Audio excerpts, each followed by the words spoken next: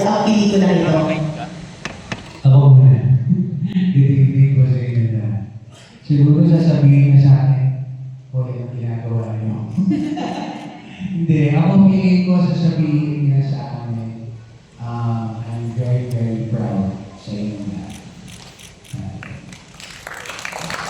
Hindi ko. Ikaw naman. Ano sasabihin ni tatay? Bakit ngayon nilang ginawa ito? Kaya wala na ako. Pero hindi naman siya wala sa atin. Lagi siyang nasa puso natin.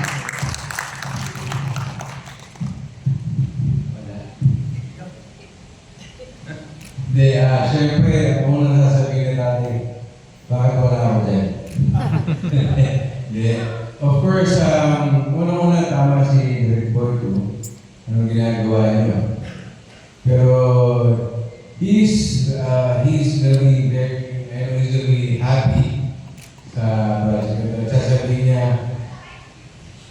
isang pasasalamat at pinagpapatuloy namin namin ang legacy. Dahil ang home ng release ko ay maraming dinudge sa buhay ng tao sa gano'n na kailangan po ng tao ngayon. So, Tay, I love you at salamat. Sa iba niya, boy to Bandol. Basta yung mga kasta, dapat kompleto. Papa, sagot namin ko, Papa, lahat ang hinahanap namin eh. Hindi na namin po namin, So, I know he's very proud of us kasi nakita niyang nagsama-sama kami ulit. Even sa sunod bagas, yung mga luma, mga OG, kung tawagin.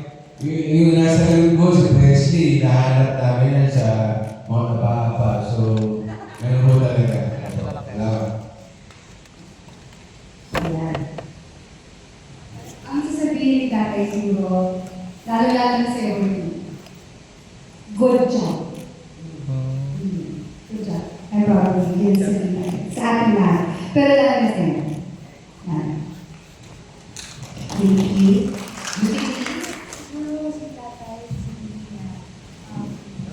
Maraming salamat kasi yung pamilya na binuo niya, pamilya na mahal niya, pamilya na itinagulog niya, hanggang ngayon buong-buo pa ang samahan. Tunay na nagmamahalan on or off camera. Slowly. Yung sasabihin magtrabaho kayo dahil gusto ko maraming makapanood ng pelikula ni Orlando. At para kumalat pa yung mensahe na ang pamilyang Pilipino, kahit na gano'ng kahirap ang buhay, basta sama-sama ng mamahalan, kahit ano ay pwede. Gusto mo talaga is that?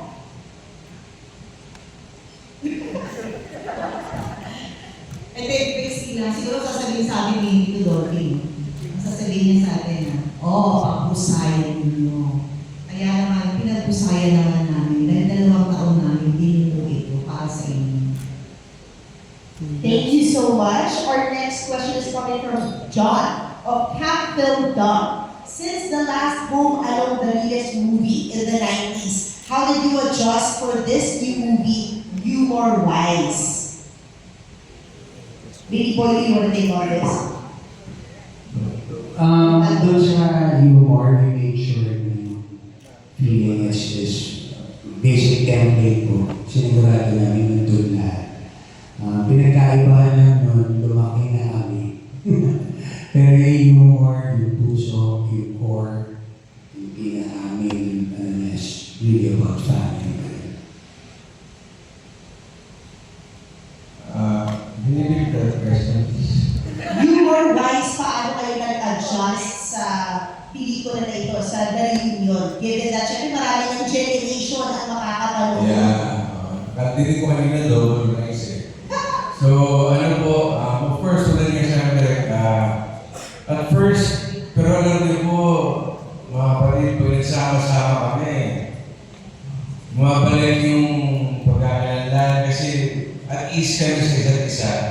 Pero first, kung unang taping, lalo kami mga tumanda, si Baby ako, si Dos, parang, pwede ka para ako, arte dahil matakaw pa.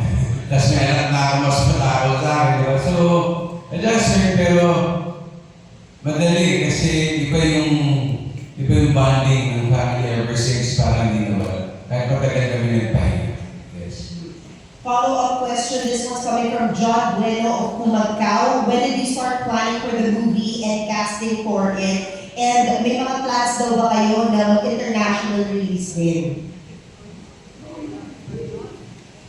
Theatrical mode. Nung nag-start, I remember, nag-start to, meron kami, actually, kami dalawa ni Valdo, meron kami pinopromote na isang product na kailangan namin mag-viral. Sabi ni Dean, paano ba tayo mag-viral? Pumunta tayo dun sa Reyes, may pinuntahan kami yung Reyes sa may bandang sukat. Tapos kami dalawa, May pagdumada. may trade. Sumakto may trade na dumadaan. Tapos sumakit ng gano'n na. Nagulat kami nag-viral. Tapos, after 2 weeks, nagkaroon ng parang baptismal. Si Kuya Bill. Hindi ako yung binigyan na Nagkaroon ng anak si Kuya Bill. Nagkita-kita kami this time with Tita Nova.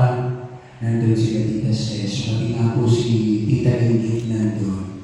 Tapos ginawa namin yung parehong ginagawa namin. Ganun. Nag-viral ulit. Tapos yung next nun, si Navy na yung nag-facilitate with the siblings naman. So nagkita-kita kami nila na Ate Claudine, si Navy, ako, si Gio. Nasa Italianis na ito. Ganun din, mga ganun, nag-viral ulit. Hanggang tuloy-tuloy siya. Tapos, eksakto pag month ng July, marami kasi sa cast na nagsiselebrate ng July. Kahit ako, actually, ka-birthday ko si Tatay Kevin. So pag July 25, lagi kami magkakasama. Doon start. Tapos, paano ba susundan? After nun, ang nangyari, hindi naman talaga namin sinadya na dumiretso agad sa movie. Nagkaroon lang kami ng, yung ginagawa ng mga content creators ngayon, nagkaroon kami ng sarili namin, tawag nga yung page namin, Home Along the Reels. So nag-start kami doon, reunion lang kami ng reunion. Tapos, nakita namin sa mga parang comments ng mga tao na parang, parang namimiss sila kami or namimiss yung show. Pero parang sinasabi nila na sana magkaroon ulit ng Home Along the Reels. So, at first, never namin inisip na magiging reality ito. Hanggang umabot sa point na sabi ni ate, ready naman ako, bakit hindi natin i-try ganyan? So nag-umpisa ito, pinuntahan namin ni Bible and we're very grateful. Nag-start ito kay Tita Cory. Of course, it wouldn't be possible kung hindi po kami, kung hindi dahil sa kanila pinayagan kami, i-remain yung IP ng Humanong Reyes. Naalala ko yung pinong sinabi ni Tita Cory. Sabi pa nga niya, uy, anong klaseng home alone yung balak niyong gawin? Sinong gaganap na Dolphy daw? Yun ang sinabi ni Tita Cory, sinong gaganap na Tito Dolphy at paano yung gagawin na wala yung dalawang core at wala rin si Gordon? Sino ang magiging POV niyo? Ang sagot namin ni Tita Cory, Tita, parang na-miss kami ng mga batang nanonood sa Home Alone. Parang hindi naman namin kailangan kapataan. Ang point lang nito, ituloy. Masaya kami na magkakasama kami ulit ng family. Tapos feeling namin, hindi dapat siya remake. Gusto rin namin itong continuation na mapakita na paano na yung mga anak ni Kevin Costner ng mga lalaki sila. Yun gusto namin mapakita. And then mag-focus dun sa tribute for Tatay and tribute to everyone who made Home Alone. Yes. Yun po nag-start. Kasi dun din sa comments, nababasa namin ni Dos na namimiss ko tatay ko kasi sabi kami manood niyan. Namimiss ko tatay ko na kumakain kami. Kapag kumakain kami nanonood kami kasi alas 7 ng gabi yan. So, kasi hindi namin pwedeng, siyempre, Dolphy, iisa lang yan. Babalu, iisa lang yan. Para naman kami mga may tama kung papalitan namin sila o susubukan namin yung mga artista. So, ang pelikula po namin talagang play for truth. What happened to the family cost me nung nawala na ang Tatay Kevin? Na alam naman natin si Tatay Kevin sa Home Alone. Siya yung nangangaral, siya yung nagbubukrod ng pamilya, siya yung nag-iisa, nagpapag-isa sa pamilya. So, ngayon po, nakikita po natin kung paano mahalan ang kanyang pamilya dahil meron pa po kami isa, si Tita Nanay. Na dahil Tita Nanay, yung naging nanay namin. Kung napapanood niyo ako, tapos palabas tayo dos ng mga teaser, ang dami ng crying face, naalala ko sa ganyan. Tsaka po pala si Kuya Bob, si Gio, nagpadala pala ng video message para sa atin. Panoorin po natin. Wala ba? Wala to. Wala. Sorry. Yun po. Salamat. And actually, may follow-up na nagiging ninyo tanong si Naz Tavares ng pelikula Mania. Sino raw yung pinakamadaling hatakin para sa reunion na ito? At sino yung pinaka-last nag-yes? Maganda ko lang. Ang pinakamadaling hatakin noon, yung mga sunog baka. Sila ang unang-unang umuo dahil kailangan nila ng trabaho. pinakaunang mo. Actually, lahat naman. Mas nahirapan lang kami hanapin yung lahat. Sa totoo na it took us more than 2.5 years para mga maliban doon yung naging dilema pa namin. Naalala ko nung nagkaroon lang kami ng konting primary. Pinag-iwalay-iwalay po. Lahat po sila nagkaroon ng mga taping. So, nahirapan po ulit kami magkita-kita. Pero yung ginawa namin, hinarap namin yung mga OG na surba. Leslie, mag-hi ka naman. Actually, 4 po sila eh. Nakasama po yung mga OG na kasama sila sa movie. Pero right now, sumama na po siya kay Tatay Kevin. So, tatlo na. Filming na no? Ilan lahat ang sunod na? Supposedly, mami, kaya lang hindi na po umabot yung isa sa showbiz natin. From the start, how many sunod pa agad yan? Ang wala. Kita, Rudy, Danny, Alex, Muso. Marami na. Marami. Ilan na lang ang natira? Tatlo yung mga original tatlo. Ito muntikan na, nakakatako lang eh. Dahil yung isa ko siya kasi nagagawa ng Spencer, Sabi ko, hindi nasa pinakadulo. 300 years old na po yung nasa dulo na yan. Spencer na lang po ang bumubuhay sa kanya. Pero ano po, when we started contacting them, walang bumili naman po sa humano. In fact, everyone was so excited to be part of the movie. Di wala na nagtanong kung gano'ng kalaki yung role nila. Walang gano'n. It's just, the fact that we're going to work on something together. Tapos hindi lang basta-basta project, kundi yung Home Alone the Realest na ibalik ulit. Okay na lahat. Ang mahirap lang po talaga yung na-track down ang isa-isa at mga schedules. Kasi, syempre, before naman po naplano lahat to, may mga kanya-kanyang trabaho rin po ang bawat isa sa amin. But still, kahit po gano'n, they really made time for Home Alone shootings and get-togethers. Yeah, we are very... Kasi meron ng ibang cast member na nasa ibang bansa na. Tapos, meron namang sobrang busy. Lenny, Yes. Sherry, At may iba naman na sobrang busy, kagaya ni Nova Villa.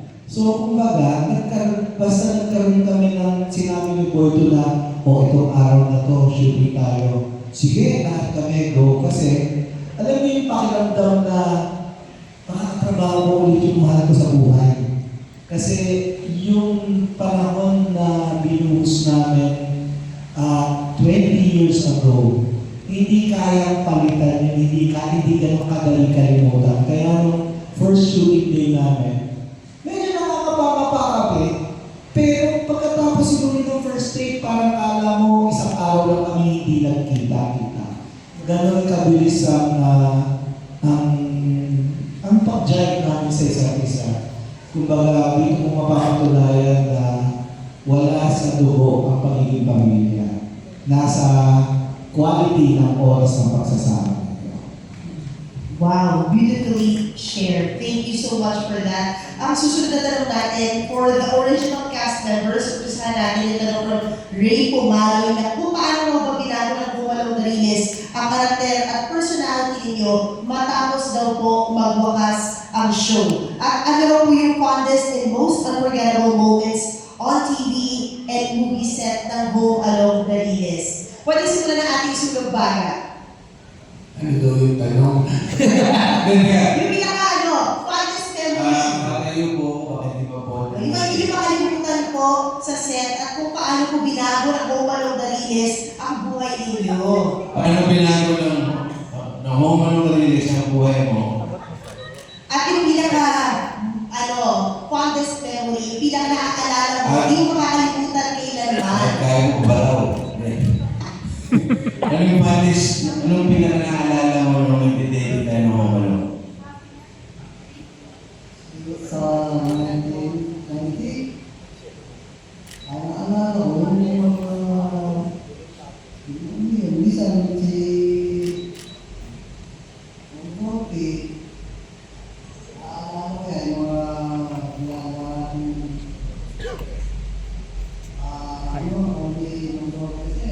siya po kami siya ang bida namin sa pili ng Home Ano po kadalasan ginagawa niyo sa set noon?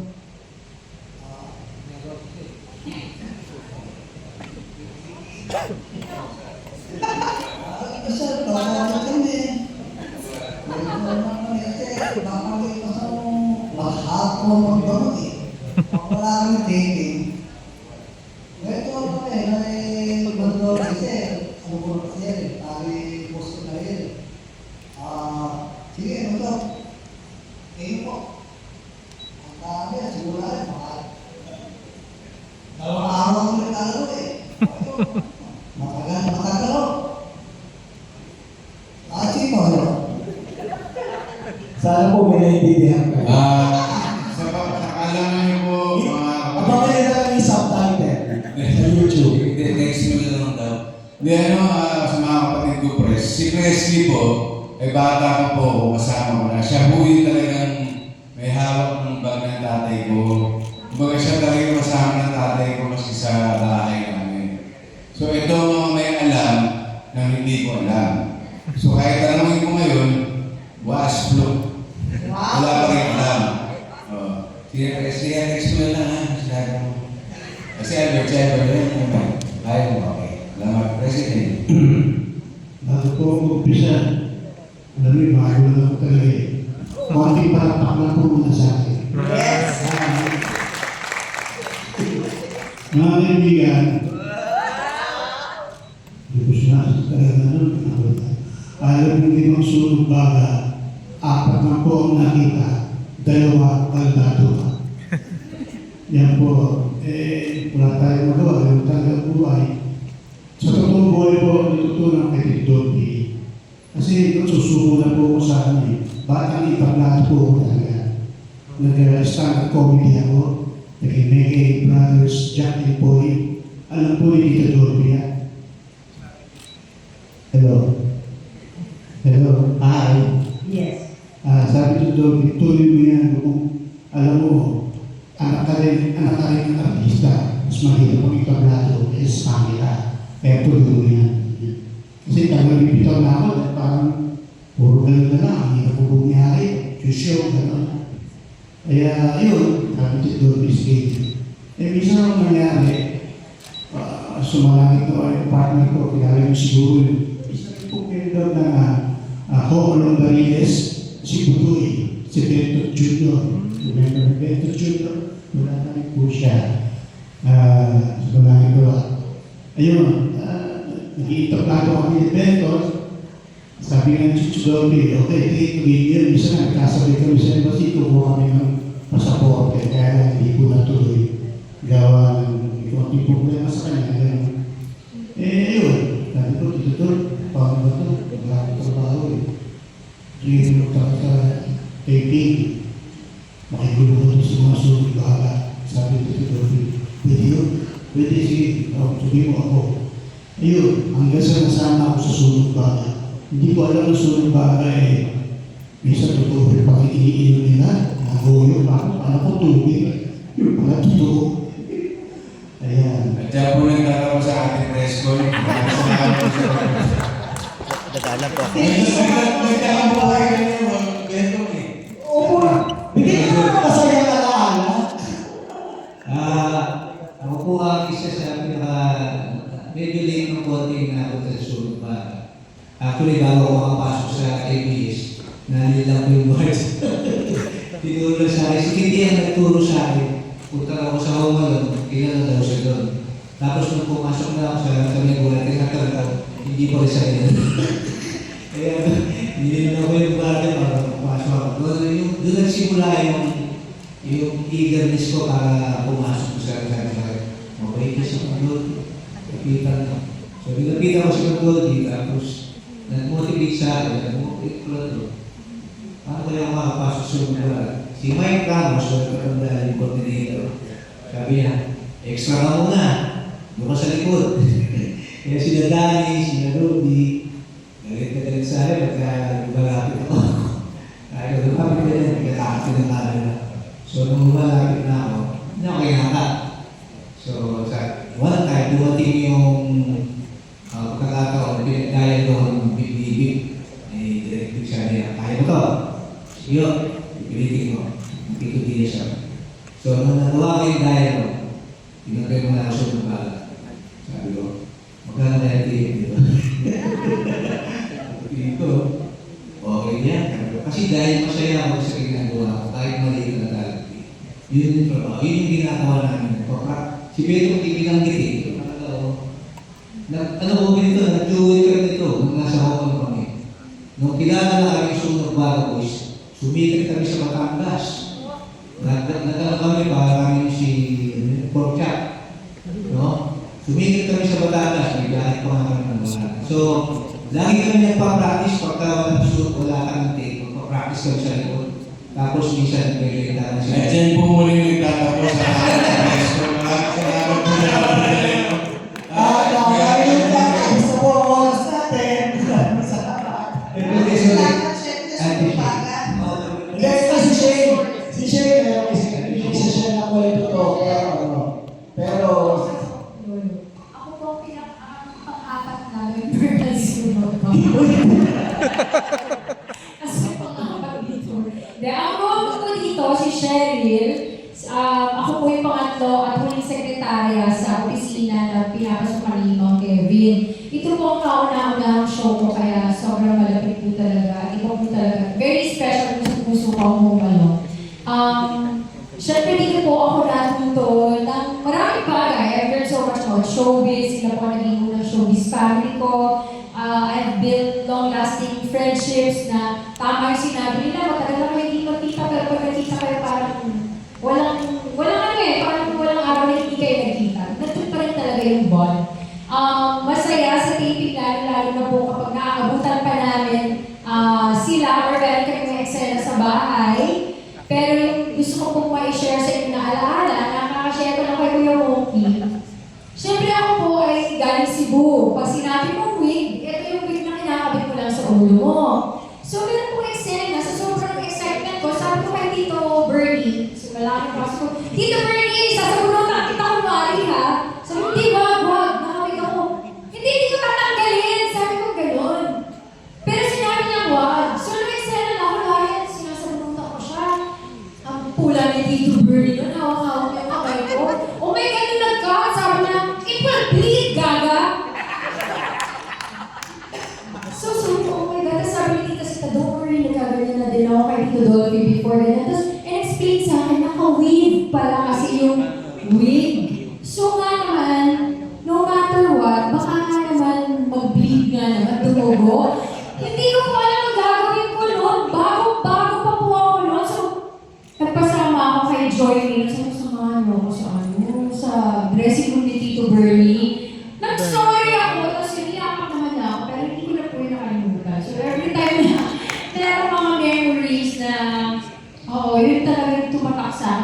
reasons ensaymada ni tatay, pag madaling araw. Pero yun po talaga kasi sinasabihan po ako ng gaga. At dahil dyan, nalaman ng press ang sikreto ni Bernardo. Nakakita pa siya. Lucida? Sita. Okay, hi. Ako po ay tuwa-tuwa na ako ay kahit paano talagang pinilit na ibalik dito kahit na ako yung tatabunan doon sa Cavite. And I'm really, really so happy and so grateful to you, Direk, and of course, Consi Bundle, and of course the family. Kasi kung hindi naman pumayag yung family, hindi naman nila ako tatanggapin ko yan. And ako po, yung pinaka-memorable kong day doon sa Daddy Momalong ay yung aking first day. Kasi,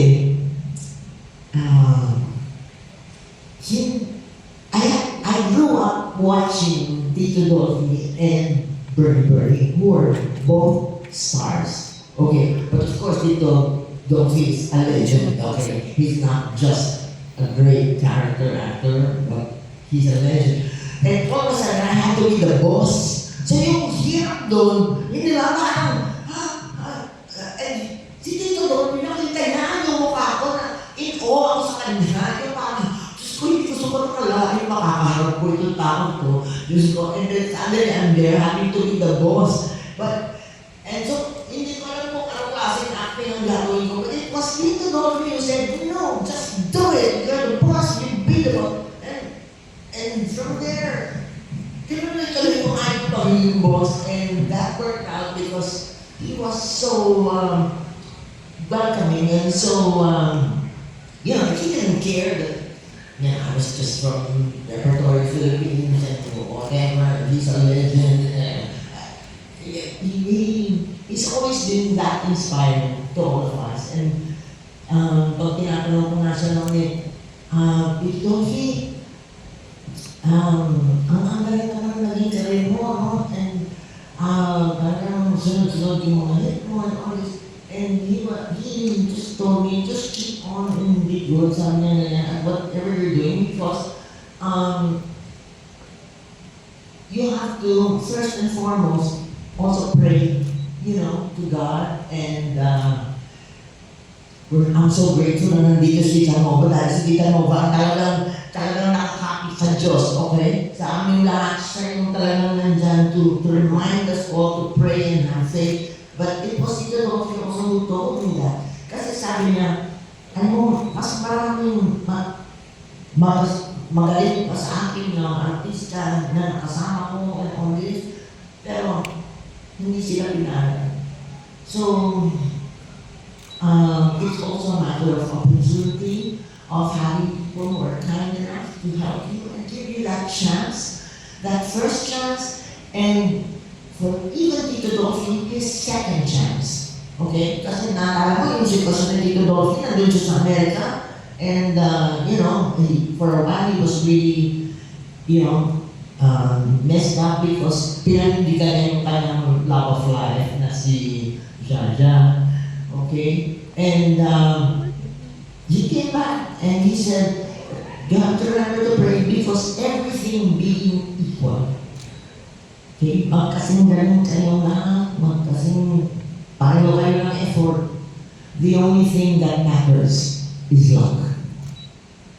This is what he told me. And so I wanna also tell you that this family is also the most prayerful family that you will find anywhere in showbiz. And I'm very grateful to be here and for all that I learned through them. Thank you. I love you all. Is that memorable experience? Wala ko siya. Actually, sa 13 years na tayo, well, 13, no? Ang dami naman talaga namin mga eksena na talagang memorable. Pero ito yung share ko na sa'yo, one of the most memorable. Alam niyo naman ang boyfriend ko lagi sa Home Alone, si Kyo. Hindi, mga si Kyo lahat. Pero ang tumatak talaga sa Rostong Padilla. Oo. Alam mo, nag-guess si Rostong Padilla, alam mo, na-crushan ko siya talaga. Kasi ang gwapo. Kaya tumatak siya sa akin.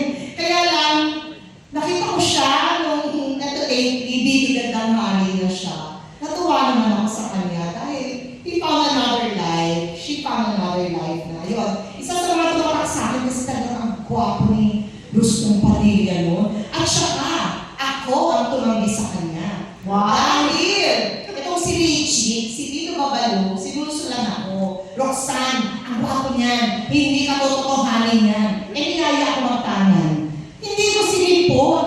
Kasi akala ko, hindi ako tototohanin. Yun. Kaya tumatak sa akin yun. Yun yung kwento ni Roxanne and Rostong Padilla. Yun. Thank you. Thank you. Ang pinaka-tumatak na experience pa rin sa akin talaga yung unang araw ng taping ng Home Alone. Kasi, aminin ko naman sa inyo lahat, ako yung pinakamatanda sa magkakapatid. I grew up na si Tito Dolby yung pinapanood ko, black and white na pelikula na pinapalabas tuwing tanghali noon sa Channel 9 habang pinapatulog kami ng magulang namin. Matutulog kami, pero ako, dinadaya ko yung nanay ko, binubuksan ko yung TV, kunyari natutulog ako. Tumayo na yung nanay ko, manunood ako ng yung reruns sa mga lumang pelikula ni Tatay na black and white. Natatandaan ko yung Ibong Adarna. Paborito ko yun na yung pelikula ni Tatay, si Babalu, tsaka si Tito Dolby. Sila pa ito. Oo, tapos, ang sarap-sarap ng pakiramdam kasi lahat ng mga komedyante, yun ang ina-ambisyon nila. Ang makatrabaho mo yung iniidolo mo. Ako siguro, 50 lang talaga ako. Siguro, iba ang ngiti sa akin ng Diyos ng mga araw na sinabi sa akin na makakatrabaho ko si Dolphy. Yung unang araw, yung unang eksena na kasama ko si Tatay, hindi ko pa matandaan yung mga linya ko dahil sa sobrang starstruck ako. Kasi parang ito yung iniidolo ko. Tapos ito na siya, katrabaho ko na ngayon. Nakakatuwa lang sinabi sa akin, Tatay, kalma ka lang, relax, maganda itong ginagawa natin. At ever since that day, kalmado na at sa sobrang pagkakalma ko, Tatay na hindi ko talaga sa kanya. Na parang hindi kayang bayaran yung nararamdaman ko pagkasama ko si Tatay. At saka isa pang natatanda ko kay Tatay, napaka-generous niya. Na kunyari merong isang punchline na nakakatawa, sasabihin niya, okay, ikaw na mag-deliver nito. Di ba sa mga komedyante, sa mga gusto nila sila yung nagbibigay ng punchline. Pero si Tatay, sasabihin niya, hindi, sa'yo to. Mas maganda pa ikaw nag-deliver nito. Totoong ganun si Tatay, hindi po siya swapang. Kaya every taping has been a memorable taping for me. Every taping is a gift para sa akin. Ako, maraming memorable na, na mga eksena, taping days, pero I guess, ang masasabi ko lang, isa na sa pinaka-core memory ng buong buhay ko ay yung naging anak ko ng isang babalu sa Okido-Kido. Naging pamangkin ako ng isang babalu sa Home Alone Galiles. Naging anak ako ng isang Dolphy, nag-iisang Dolphy. At naging anak ako ng nag-iisang Sinobalu. Yun ang core memory ng buhay.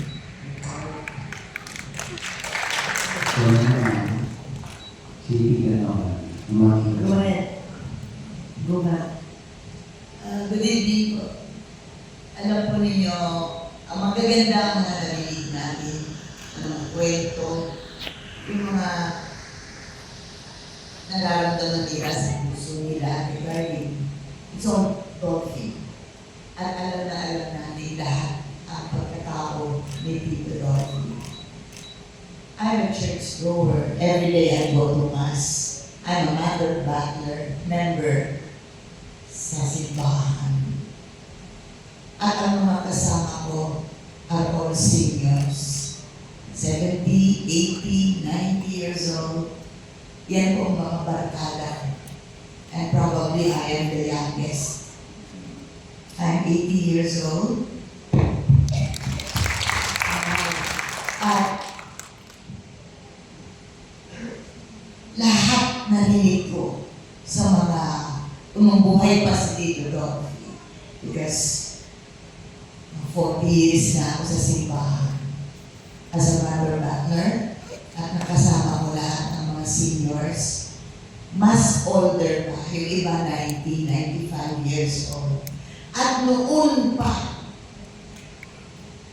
nakabata pa ako ng konti.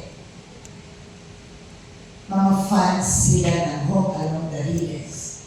And John and Marcia. So they were a little bit younger before hanggang sa sila tumanda na at maswerte na may mga buhay pa. Pero mga 90, 95 years old sila. At kami pa rin ang magkakasama sa church. And they always tell me, Sister Nova, sayang wala na si Dolphy. They were about 60, 70 years old. Every week they watch mga shows ni Tito Dolphy, especially itong ating Hope Along the Riles. At iisa ang sinasabi nila. Hindi,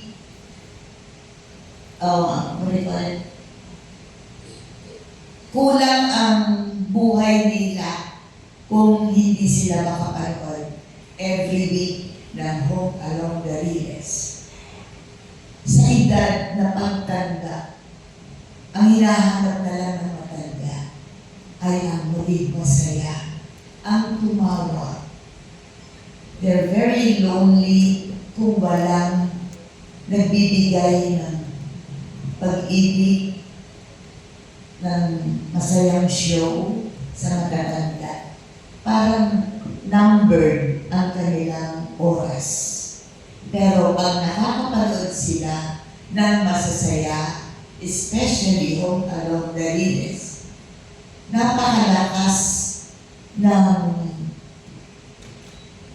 tawag dito kay Tito Dolphy, yung kanyang karisma sa mga senior. Until the time dumating ang oras na nauna pa si Tito Dolps dun sa mga 90 anyos, 95 years old, na matatanda. At ang sinasabi nila, siya lang ang nagbibigay sa amin ng kasiyahan. At alam nila yung araw at oras ng showing ng Hope Along the Riles. At tawang-tawa sila. They forget about their worries. They forget about nagbibilang na ng araw kung kailan sila kukunin ng Panginoon. They forget everything kung hindi puro tawa, kasiyahan because of Hope Along the Riles. At sinasabi sa mga apo, sa mga anak, walang gagalaw ng TV sa araw na ito, sa oras na ito. The joy that we can give to the seniors. And now, ako na yung senior. I'm 80 years old, pero kaya ko pa makipag-wrestling. Anyway, so ngayon, at nawala si Tito Dolps, every day, because lagi po ako nasa simbahan, every day we attend Mass at 6 a.m. Mass. Puro senior ang mga barkada ko sa simbahan. At sabi ganun, parang may naririnig ako, sabi ng mga matatanda. Are you doing a movie? Andiyan ba si Dolphy? Biglang lumilinaw ang lalamunan, biglang sumisigla. Itong matatanda matatandang ito dahil sinasabi, siya lang ang nagbibigay ng buhay. Every time you watch Home Along the Rails, si Tito Dolls, o kahit yung panahon pa ni Nida Blanca, John and Marcia, always sinasabi, papatanda na yan, mga yan. Tawan-tawa ako. So the joy that we can give to the seniors, sa mga taong nagbibilang na lang ng araw at mawawala na sa mundong ito.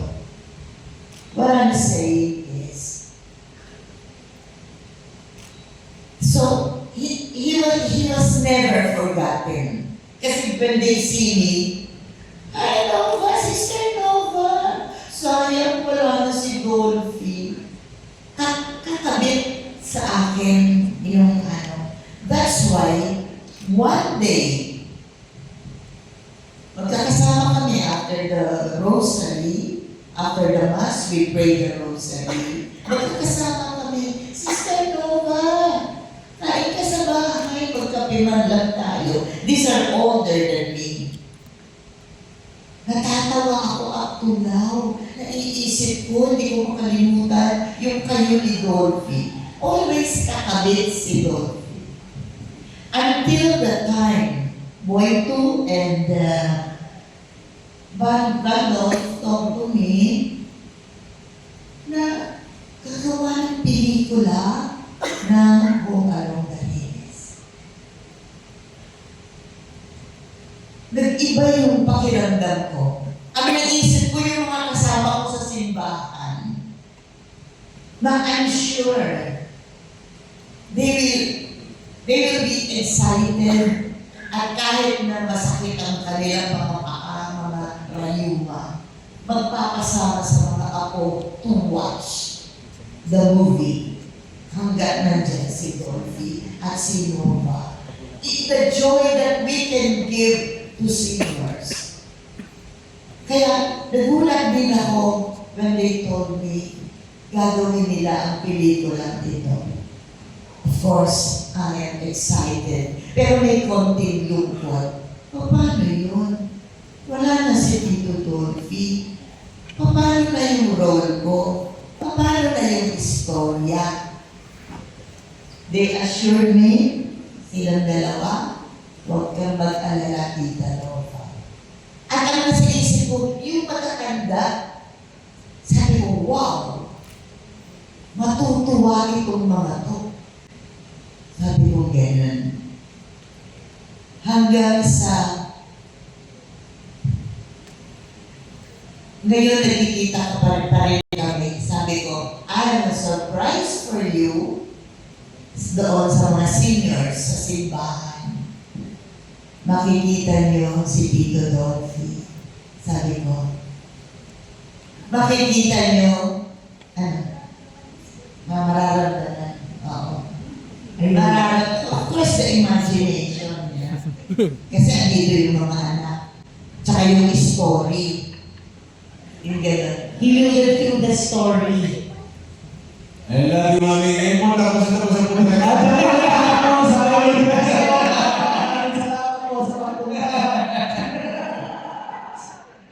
Kaya, mga kaibigan, ito po kami. Ando po siya sa aking visit. Ay, mga visit. Katapusin niyo ako. Ending na. But I'm sure, iniinita ko silang lahat nanood ng Home Along the Rails para mabuhay ulit ang kanilang spirit. Di ba? Meron ka mga hindi nakapanood dito. Marami sa akin nakapanood na from the preview, from the special advance screening. But we can't, yung sa para sa mga hindi pa nakapanood, excited din sila. Nakapanood dito sa June 17. Yes. 15 muna. 15 Pero hindi na dahil sa 15. Hey, ka naman. Medyo pahit nagtitis na. Actually, sa eksena, marami kasi magagandang eksena po talaga sa Home Alone. Pero siguro yung masasabi ko, hindi nakatumatak sa akin, wala sa eksena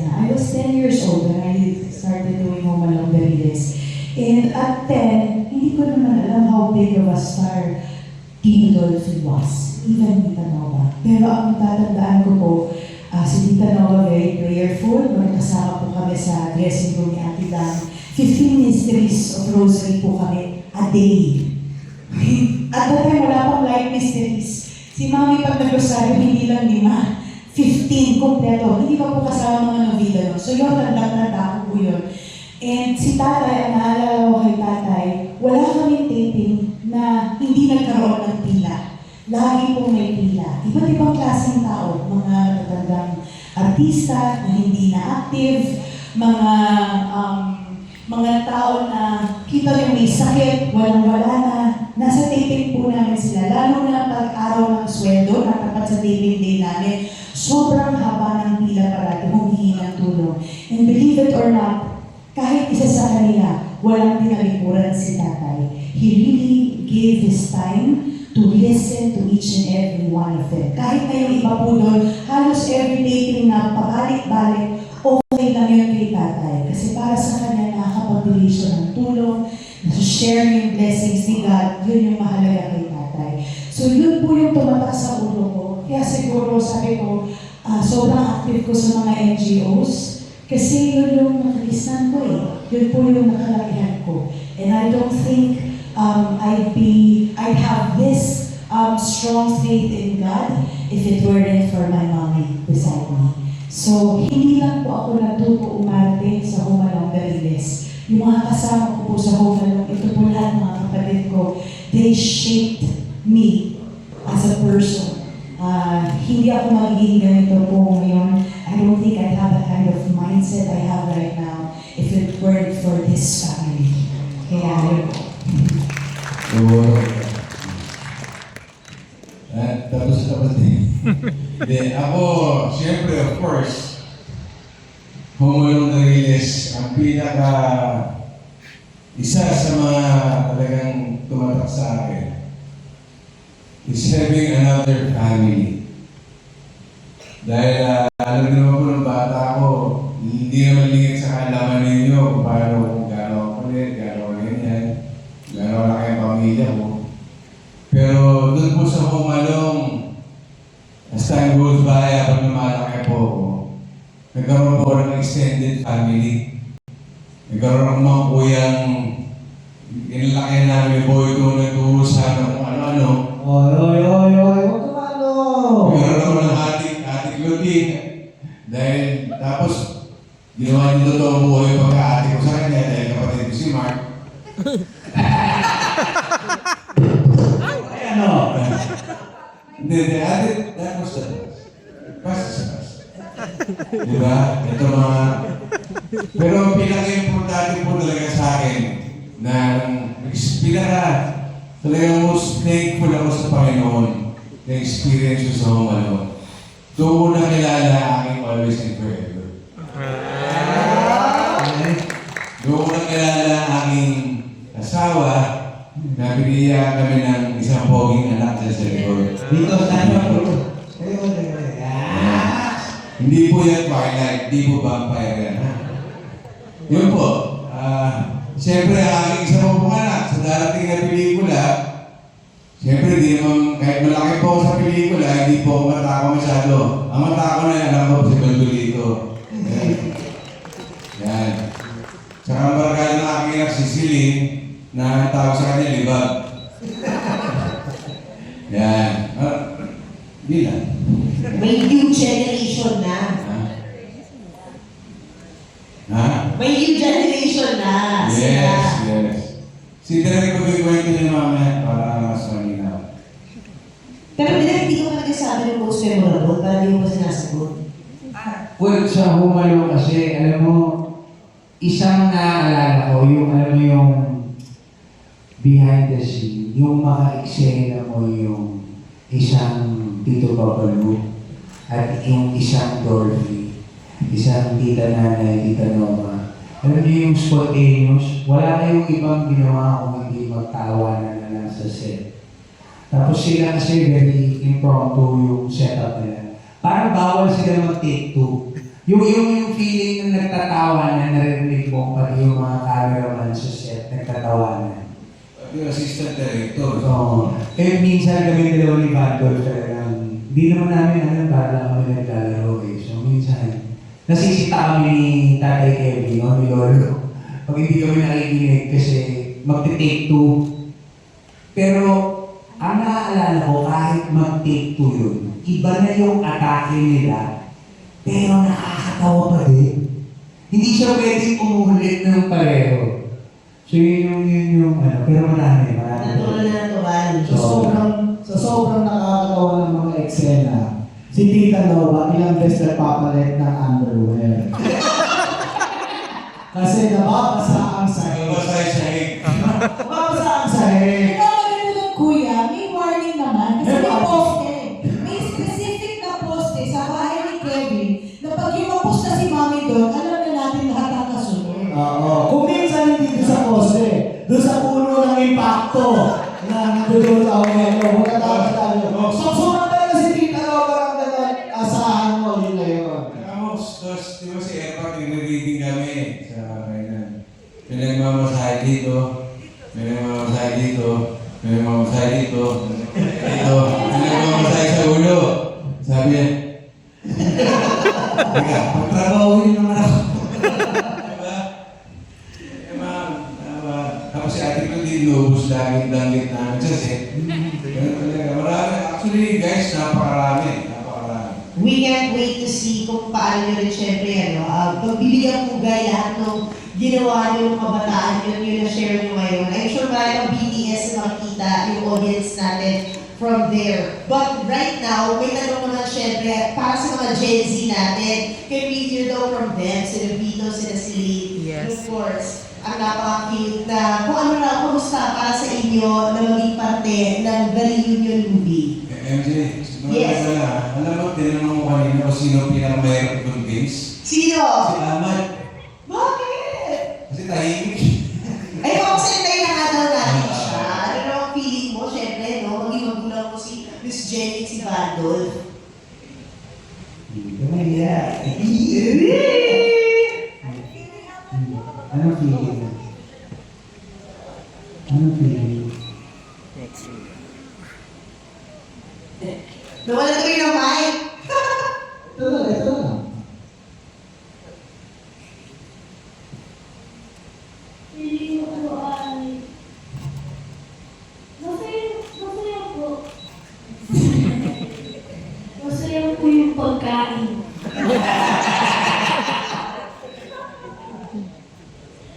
Marami pong pagkain. Nakapunta lang mo sa tiyan ko. Excited na kami mapanood ka. Sino na kasi lagi may food. Thank you. Parang ikaw lang din dati. Celine, first movie mo to. Second movie. How do you feel? Nakasama ka dito, syempre, ang biggest comeback movie of the year. Sobrang honored po and grateful and kanino pa po ako nakikinig sa lahat ng kwento po nila. And parang nakikil ko din po habang nag-shoot na parang nasa paligid lang din po siya. Even though na bago po ako, ramdam na ramdam ko po yung saya and yung pagiging pamilya and sobrang thankful po ako ng extended family na rin po ako. Kasi tuwing mag-shooting po kami, parang outing lang po, parang nag-hangout lang din po with the family. Yun po. Parang honored lang po talaga ako. Thank you po. Thank you, Celine. Hello po. Siyempre po, sobrang sarap sa feeling kasi makakatrabaho ko po yung family ko. And parang second family ko na rin po kasi itong pamilyang Cosme. And mapa-cut o mapa-action man po, ganun talaga kami in person. Kung paano yung sayo kung makikita nyo sa movie, ganun po kami behind the scenes. And yung mga tito ko at mga tita, in person ganun. Hello? Yes. In person po, ganun din po sila sa akin. Mahilig magbigay ng mga advice. Inaasar po ko lagi ni Tito Smokes na may parang po bae. Kahit di po totoo, di totoo na. Maybe selos mo si Naging na ba kayo? And syempre po, pinapanood po namin yung dalawang movies at yung ibang episodes po na nireplay sa YouTube. Pinapanood po namin nila daddy, nila mami ko. And makita ko po, and knowing na movie po ito nila, sobrang sarap sa feeling, very honored din po talaga. And sobrang happy po kasi naging parte na po ako ng dati kong pinapanood. And sana po magtuloy-tuloy. Sana magka-series pa po ito. Para magkakakit pa ako. The rising star ng Viva. Diba? Viva lang po, di Viva Max. Kaya po ako. Sabi mo nanay mo. Nakamantay, yung launching mo ka, nandun sila, di ba? Nandun talaga. Kailangan explaining muna ni Daddy. Ay, yung mga ganyan. Hindi, hindi. Diba ate yung ano eh? Viva. Hindi na lang. Ayan. Mabait ka sige. Dahil na nakagalarin nila from our Gen Alpha and Gen Zs, yung question of course para sa creatives din ito, Vado, maybe could answer from Leo of Highlight Manila and Mark from Maganda Ba Movie. They have similar questions. So bakit daw ito must watch it for the new generation like Gen Alpha and Gen Z? Now that of course we also know that this will largely touch on nostalgia. Kaya, nalito ako kasi, kinausap ako ni Tito ba? Alam mo ba, inalaw ako ng Viva Max? Sabi sa akin, Sorry ba yun? Kaya wala siya sa akin. Sabi niya na ano movie yun? Nagpinasuloy kami. Sinalo ka talaga sa Viva Max? It's okay, pinagyan.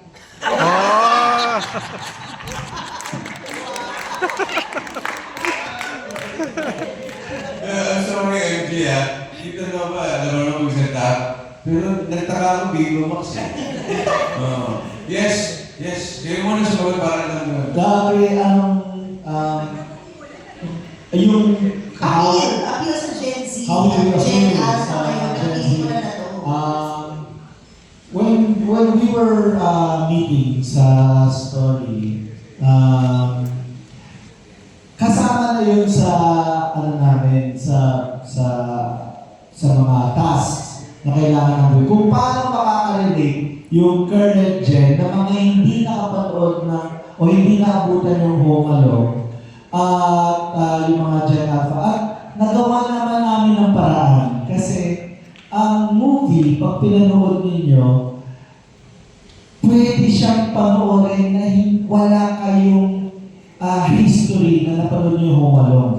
Kasi makikita niyo yung dynamics ng family. And at the same time, comedy naman kasi is universal eh. It appeals to everyone. Sabi nga ni tatay noon, ang mga punchlines na yan, noon pa namin ginagawa yan, nauulit na nauulit. Depende kung paano mo aatakihin. And I'm pretty sure nung nag-screening na sa Metropolitan Theater, pasok na pasok pa rin talaga sa Gen Alpha, sa Gen Z. At pag napanood nyo sa June 17, maiintindihan nyo mo yung sinasabi namin. Di ba, Ross?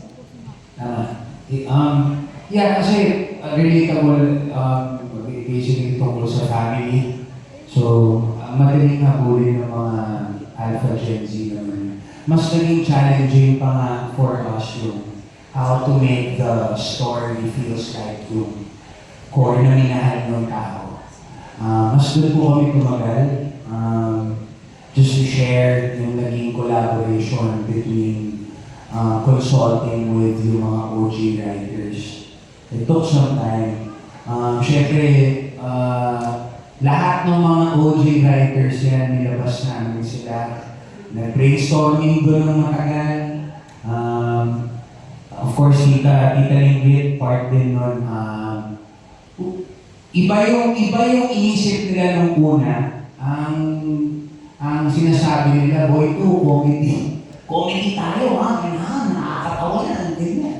So, kami, mas nakita namin na, yes, of course, bumalaw the real store.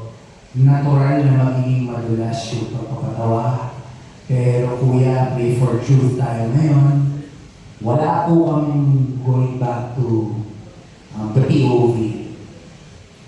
Wala pong papalit sa hari ng komedya. Wala pong papalit kay Babalu. Yung POV na to ay actually napunta kay tita nanay, closest to tatay. Para hindi kami maligaw, considering na medyo naging challenging din sa amin kasi ensemble. Mahirap i-break down yun sa isang pelikula lang na 1 hour and 40 minutes. Pero dahil mas pinili namin maging totoo dun sa pagiging totoo, na yung kulang sa amin, yun yung pinaka-strength namin. Yun yung mas pinili namin. And yung mga bits and pieces ng mga bago, ay sinigurado namin, parang ano yan eh, parang sa Marvel, di ba? Pag kunyari gusto mong manood ng pelikula na favorite Marvel movie mo, hindi ka naman pwedeng mag-introduce ng bago, agad-agad. Diba? So, unti-unti yan. So, yun yung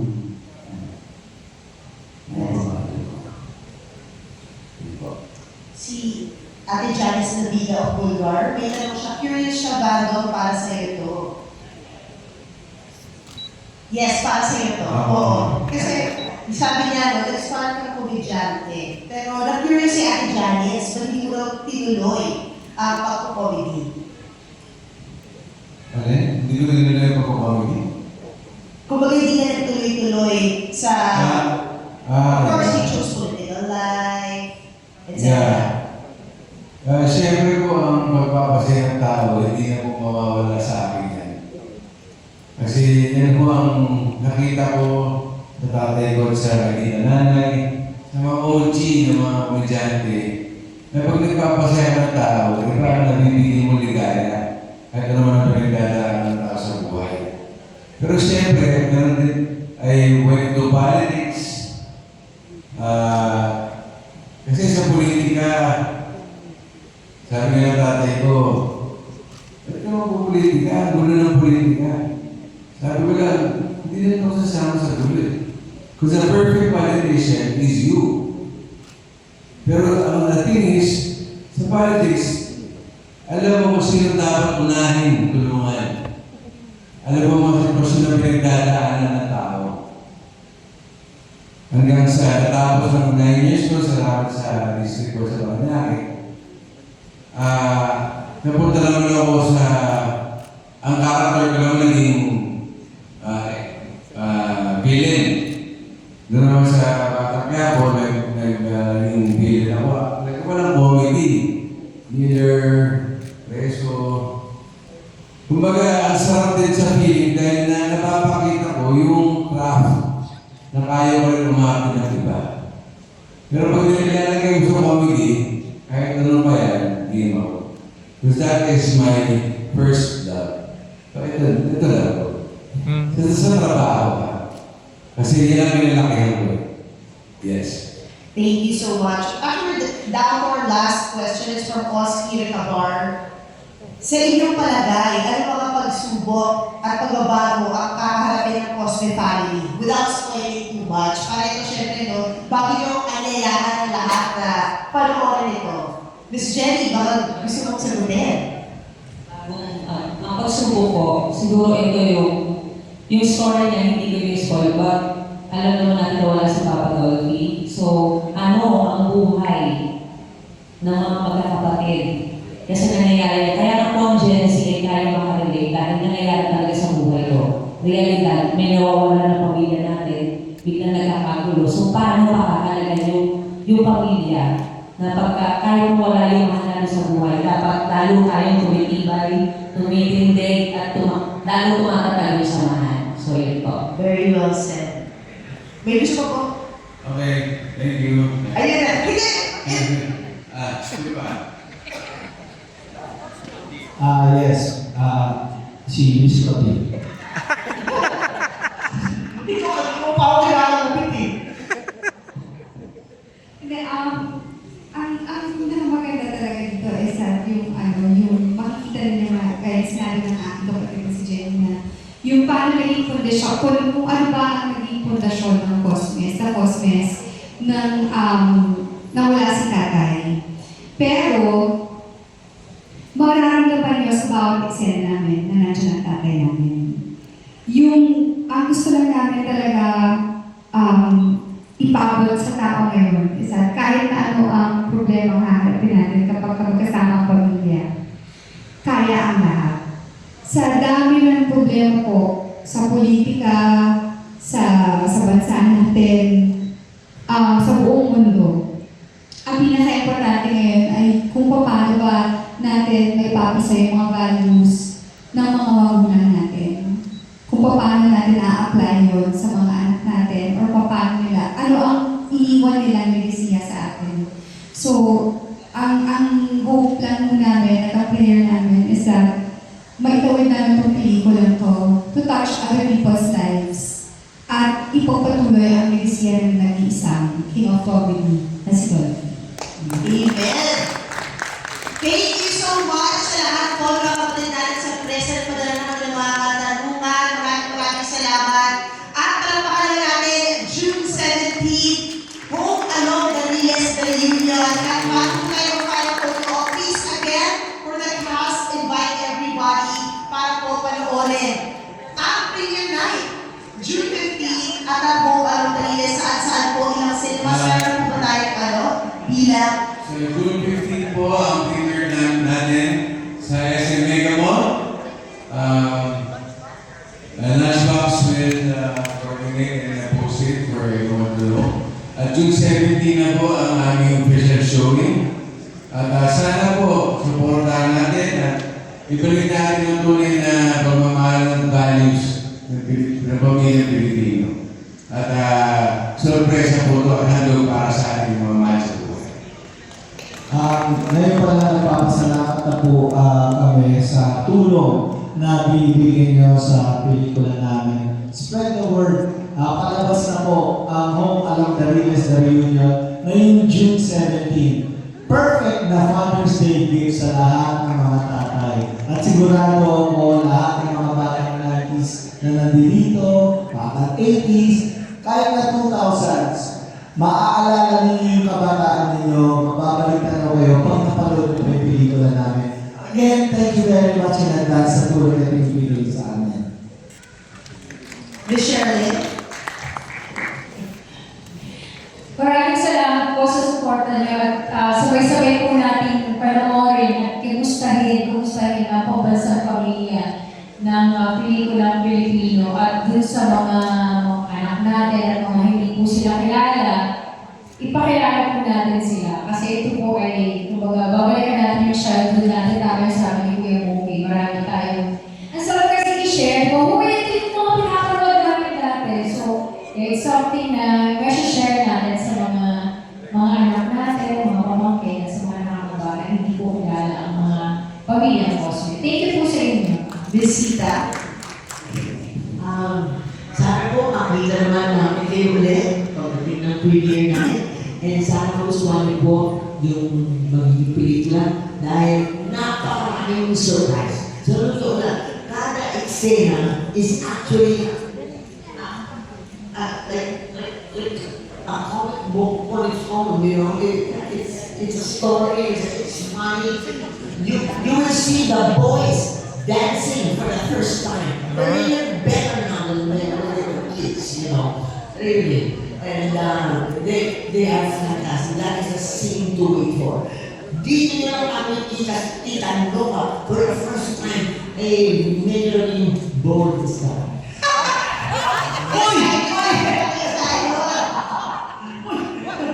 Miss Da, gusto mo saluhin yun?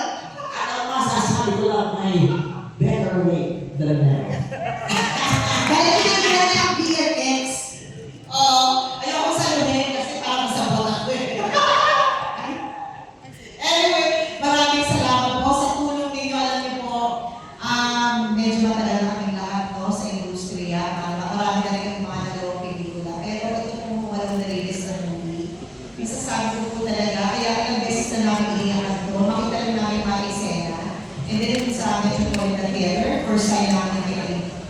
screen. Alam niyo po, hindi namin napigilan maiyak. Ako po, iyak ako naiyak. Hindi dahil yung mixed emotions, dahil I'm proud to say, may pelikula po kami. Kaya huwag po kayo na natulungan kami na ma-encourage yung mga ating mga moviegoers na bumalik sa sinihan.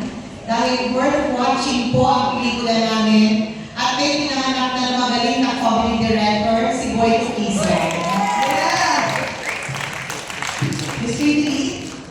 Maraming salamat po sa inyo. Just your presence here bless us so much na maraming salamat po yung sa mga kasama natin na press, yung Badal screening sa Manila. Maraming salamat po sa oras inyo. At sa mga hindi pa po nakakapanood, we're all looking forward to seeing you on the 15th sa aming po premiere night sa Mega Mall. Muli po, humihingi po kami ng tulong sa inyo. Tulungan niyo po kami ipakalat sa lahat na ang pelikula po ng Humalong Garis ay ilalabas na talaga. May play date na kami.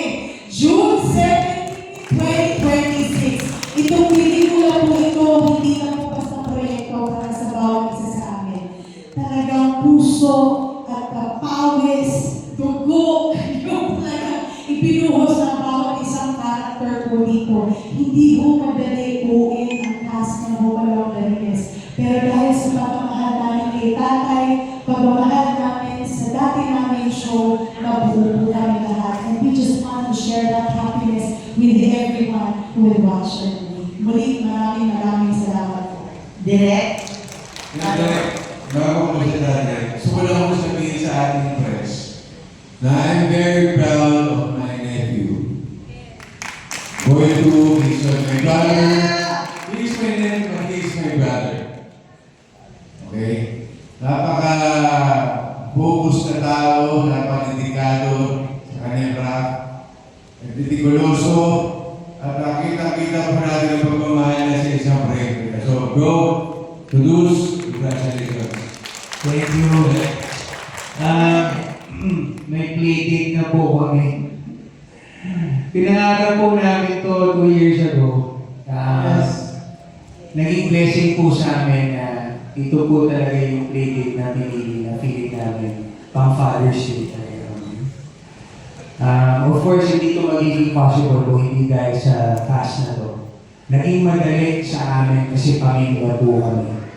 At kayo rin po, kayo po lahat na tutulong po sa amin para hopefully, mapanood din ng Humalong Garis. At huwag kayong mag-alala, pag po ito nagkaroon ng series, si Pandol po, mamimigay po kami ng banay at whiskey. Lahat po kayo magkakaroon ng TCP party tayo. Pero shoutout hindi lang po sa amin, but we're guided by hindi lang po sa amin yung cash.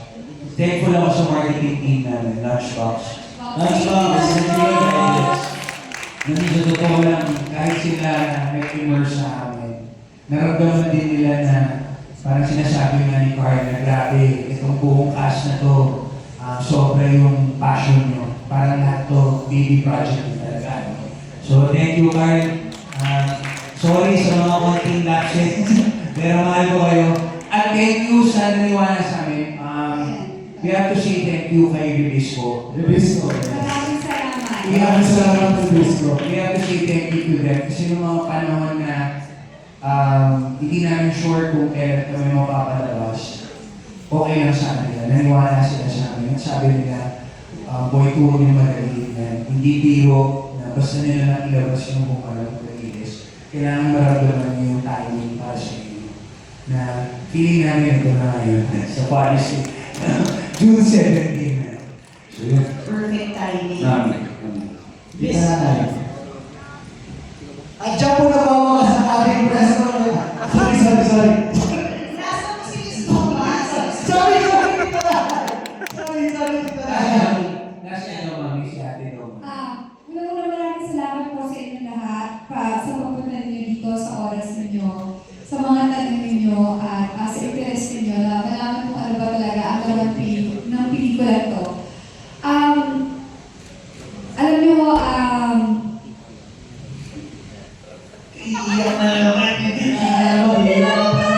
Kasi nung ginawa ko namin yung pelikula ko, hindi mo marami ang tiwala sa amin.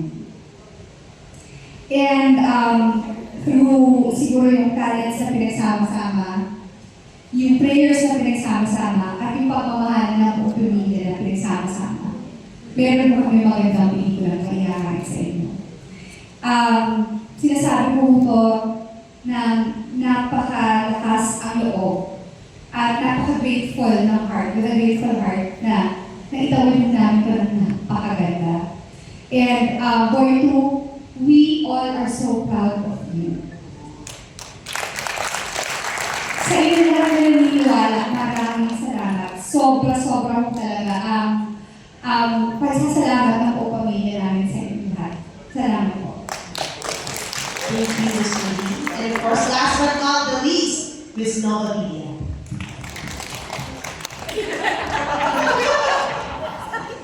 Amen. For the past 25 years, na kami magkakasama at the present, pwede palang mangyari. Hindi kailangan lumabas ang mga batang ito sa katawan mo. Hindi tayo magkakaano-ano. Iba magulang nyo, iba magulang ko, iba ako. Pero sa 25 years namin magkakasama, up to now, para kami, mga anak ko, magkakapatid. Wala pang nag-away sa 25 years.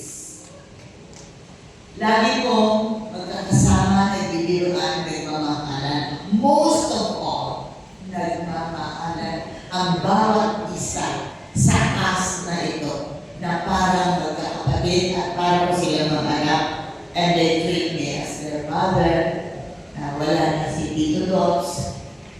Nandito ka rin kami magkakasama. At ito ay mararamdaman ninyo pag napanood ninyo ang Hogalang Gariles. Ito, pelikula natin na darating. So, ang pag-ibig pala ay hindi namamatay. It doesn't matter na hindi kayo magkadugo. Wala pong away sa 25 years. Lahat po nagtutulungan at nagmamahalan. Kahit na mga loko-loko dito. Pero, pagdating sa problema, pagdating sa pangangailangan, nandyan sila. At dito makapanood ninyo, when you watch this show, mararamdaman ninyo how close ang mga batang ito dyan. And this is a reality. Hindi ito biro, hindi ito joke, hindi ito. We are very close. We are family. Thank you, people.